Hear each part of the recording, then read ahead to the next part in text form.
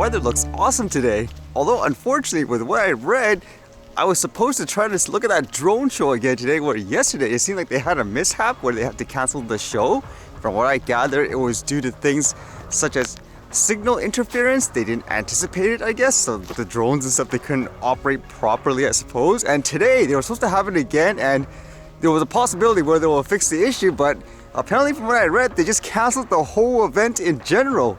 And they kept dubbing this as the biggest drone light show in Canada too. So you can read this here. It says drone show, and there's an update. As you may have heard, Best Buy has had to cancel the drone show for Friday, December 2nd and Saturday, December 3rd. The show's creator and North America's leading experts in this field, North Star, advised that such a large number of drones were unable to fly safely due to unexpected interference that had not been identified on site visits or during show preparation. Safety is always our #1 priority. So what is this interference? Officially from them anyways, the company, they're claiming they think it's the marine services around the area. That is a busy area for so many things. There's a convention center, there's a sea bus, all the tourists. And I was thinking actually, in terms of interference, one thing they probably didn't anticipate for possibly is how there's so much people around there too, which maybe they didn't do during their preparation. Imagine with everyone's cell phones and all that, all the Wi-Fi signals, that probably was a factor too, I would assume. I've noticed that usually when I'm documenting situations where there's tons of people everywhere, all of a sudden an area which was perfectly fine before, you get such weak signals, and I would imagine it is because of that, where everyone has their electronic devices. So it's a little unfortunate that they didn't actually, I guess, prepare for it or ever experience something like that before, because if they say this is supposed to be the biggest drone show in Canada, like the first time, then it's their first time trying it as well, right? And I was hearing too, I don't know if it's official, but apparently people were saying they were trying to launch the drones underground initially, so I would imagine that's even worse. And then they tried to launch it from things like a parking lot or something like that. I don't know if that's true, but what I did notice was those drones actually did take off. I captured some footage. It's gonna be really grainy though, because it's really zoomed in, it's nighttime. You can kind of see around the shore area, there's all these lights floating, I guess, in the water. It seems like they're flying back, so it seemed like they tried, but they just couldn't get it to, I guess, cooperate fully where they would feel comfortable from a safety perspective anyways.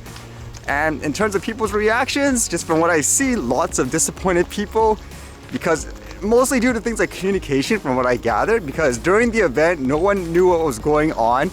People were standing there, and then to my understanding, they made an announcement or something like that where it'll be delayed for an hour or two, so some people stuck around for that long just for it to be canceled afterwards. So that left a bad taste in a lot of people's, I guess, mouth. Who knows what they'll do afterwards, but that's a little unfortunate. I mean, ultimately it was free too, so you can't really complain too much, but I would imagine that is the biggest issue, where people were left in the dark. Funny thought in terms of communications too, maybe it was a bad omen. I actually contacted the communications company that seemed like they were in charge of their PR and stuff like that, because I was curious and possibly learning how they're gonna set this thing up, so to speak, ask some questions, and I never got a response from them, so I was like, oh, that's kind of bad. Again, maybe that was a bad sign, and that's some of the questions I would have asked actually in terms of like safety and all that. Like, how are you gonna have this go there? How strong is it? What happens if it falls? Just like you've read in some places when they malfunction. So yeah, that's a little unfortunate.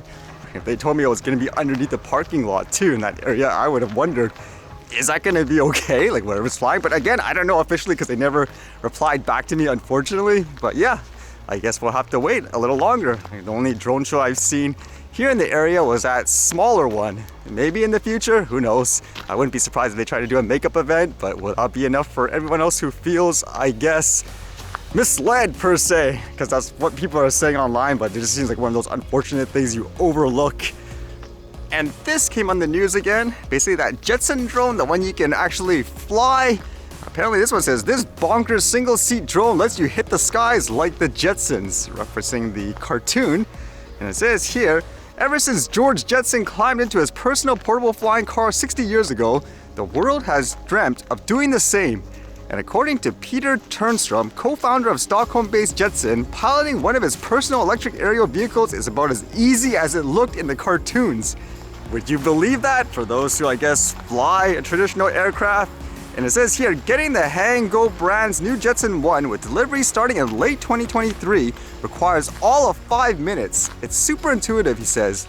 We developed a fly-by-wire system that helps the pilot with functions like auto hover, stable flight, and landing. And the big sales pitch for this thing is how you can pretty much fly it without a license and stuff like that. Instead of developing more involved electric air taxi like Joby Aviation's S4, they opted to make flight available to everyone. As Turnstrom puts it, via an open single-seat craft that would fit into the FAA's ultralight category. Regulations for that class of aircraft mandate no flights near airport or crowded areas, but there's also no need for a pilot's license, which Patton and his engineers understand to be a terrifying thought for some. But overall, does that make sense to you? It doesn't to me. Fear the tiny, small cinema drone, but this thing that he can actually ride is okay.